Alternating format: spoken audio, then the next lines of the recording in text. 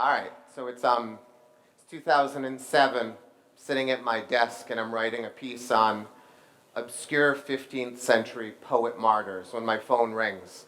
It's my best friend Benji. And before he even says hello, he asks me the question that's going to change my life forever. Do you want to be a wedding DJ? Now, it's a crazy question for a million reasons. In the 10 years I've known Benji, I've never once mentioned the desire to be a wedding DJ. I don't want to own a small business. In my whole life, I've only attended 4 weddings, and one of them was Benji's, like 2 months ago, which is why he's calling, because he hated his DJ, and is convinced that we can do a better job, and I am convinced that we cannot do a better job. We are the least equipped people to be wedding DJs. We know nothing about the industry. Even if I wanted to be a wedding DJ, I am currently attending Trinity College in Hartford, Connecticut, full-time working on a degree in English, hence the Poet Martyrs. At the same time, I'm attending school for elementary education at St. Joseph's University full-time. I'm working full-time at a McDonald's restaurant as a manager to make ends meet. I'm married to a woman who I will soon discover is the wrong woman to be married to. I am raising a stepdaughter. This is the busiest time I have ever been in my life. So when Benji asks me, do you want to be a wedding DJ? I say yes. I say yes because that is what life has taught me to do, and I learned the lesson the hard way.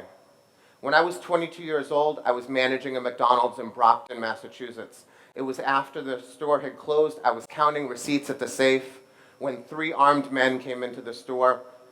They found me at the safe. They laid me down on the ground. They emptied the safe, and then they found the box at the bottom with the placard that read, "Manager cannot open box." They told me to open it, and when I refused, they beat me with the butt end of their weapons. And when that didn't produce results, one of them put a gun to my head and told me he would count to 3. And on 3, he would shoot me if I didn't open it. When he reached 3, he pulled the trigger. The gun was empty, and they laughed at me, and I cried. And that was the moment when I decided that I would say yes to every opportunity that I ever was given. I hear people who've had experiences like me say, live every day as if it's your last. And when I hear that, I want to take duct tape and wrap it around their faces and never hear them again. If you actually try to live every day as if it was your last, you'd be dead in 4 weeks. The amount of strength and vigilance required is impossible. And to be honest, there are days when you want to sit on your couch with a bowl of Doritos and watch Ferris Bueller's Day Off for the 20th time, and there's nothing wrong with that. Instead, what I do is when I'm asked, do you want to be a wedding DJ? I look forward to the 100-year-old version of myself. I look forward to the person who's sitting in a bed, who is not being asked questions anymore, and who knows how short life is and how precious it is, and how the most important things we do in life are the people we love and the experiences we have. So I said, yes, I will be a wedding DJ. And what happens then is you end up with a possibility tree. So I become a wedding DJ, and last month Benji and I entertained at our 375th wedding. That's 749 people who have trusted us with one of the most important days of their lives. And I see some of you thinking, it's not 749, it's 750. But my number is 749, because years ago a guy named Doug hired me for his wedding, and then he got divorced, and then he got remarried, and he hired me again. He changed his wife, but he did not change his DJ. And a lot of the people that I meet, they go through my life and I don't remember them, but some of them are unforgettable. Like the bride who disappeared from her reception for an hour, and when I went looking for her, I found her sitting behind a car, smoking a cigarette and crying, because no one in her entire life knew that she was a smoker.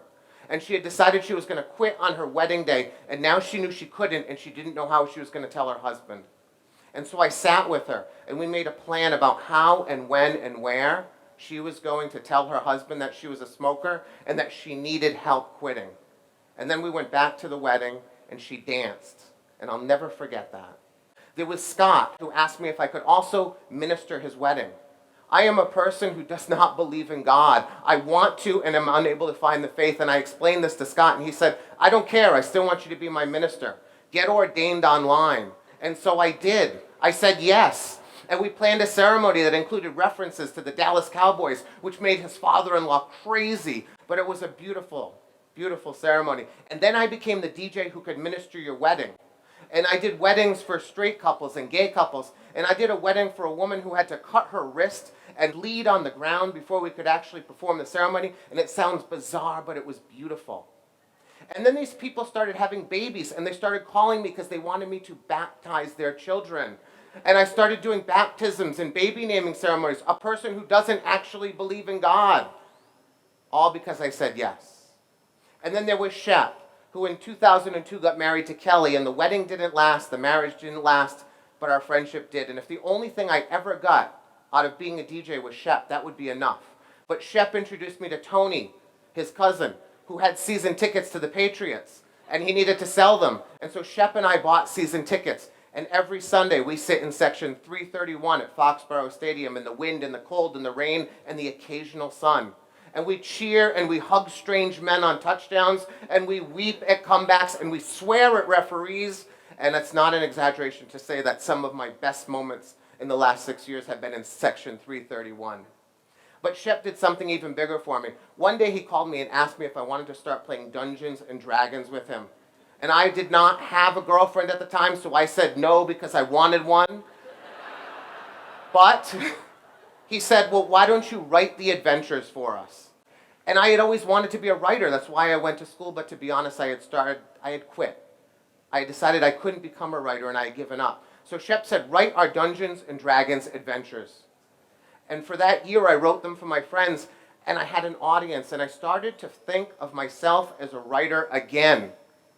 And one day I called Shep and I said, forget it, I'm not writing Dungeons and Dragons anymore.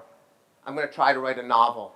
And in 2007, I wrote my novel, and in 2008, we sold it to Doubleday, and in 2009, it was published. And I published books in 2010 and 2012, and that book has been translated into 25 languages around the world. But something even better happened. My first book got published, and my family had a party for me at my cousin's house. And I'm sitting in my cousin's house, and I'm signing my aunt's book, and my father arrives. I hadn't seen my father in 20 years. And he came to the book party because I wrote my book. And we write letters to each other every month now because of it. And so, writing those books, my friend Andy, a musician, decides he wants to write a rock opera, and I hate opera. And he records some songs, and I listen to them, and they're terrible. And he tells me what this idea for the story is, and I think it sucks. But I say yes, even though I shouldn't. And last year, that show was produced at the Park Road Playhouse in our town. And then he turns to me and says, I want to write a musical for tweens, ages 12 to 14. I hate kids, ages 12 to 14. That's why I'm an preschool teacher. But I did it. And this summer, it'll be produced at a summer camp. All these things because I was stupid enough to say yes. Now, I tell people these stories, and they say, what if I don't have a Shep?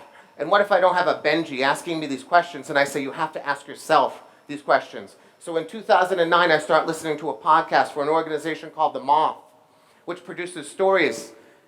And I say, maybe I could do that. I became a DJ, and unknowingly, I got 17 years of public speaking experience.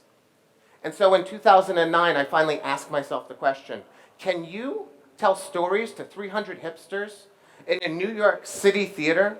And so we go to New York, and I put my name in the hat, and it's drawn, and I tell the last story of the night, and by some miracle of miracles, I win. I become a storyteller. Since that day, I've told stories at more than 50 Moth events. They've been on the radio, on the Moth Radio Hour, and millions of people in America have heard them. I'm standing here today because I said yes to a question I asked myself. And then what happens is you end up with this amazing possibility tree. All the things that came from Benji's question. The purpose of this conference is movement, and I don't think there's a better way to produce movement in your life than to say yes to every single thing, no matter what it is, no matter what the situation of your life is, no matter if you think it's the worst and the stupidest thing ever. My mother died in 2007. Since 2007, I've become an author, a father, a storyteller, and a playwright. She is never going to know any of those things about me. They're the most important things about me today, and it breaks my heart. But I also know it's the reality of yes. And so I'm going to close by showing you my last yes. This is Charlie. We had our first child 5 years ago, and I thought we were done. I told my wife we can send one to Yale, or 2 to Yukon. You make the call. I thought I was a genius. And then 2 years ago, she started talking about having another child. She wanted a sibling for Clara. And I said no. I actually avoided sex. And then one day I was sitting on my couch and I thought, this is no different than, do you want to be a DJ? Do I want to be a father again? And so I said yes. And then Charlie got Clara, and Clara got Charlie. And I got my son. And I can't imagine a world without him. Whatever you do, just say yes. Thank you.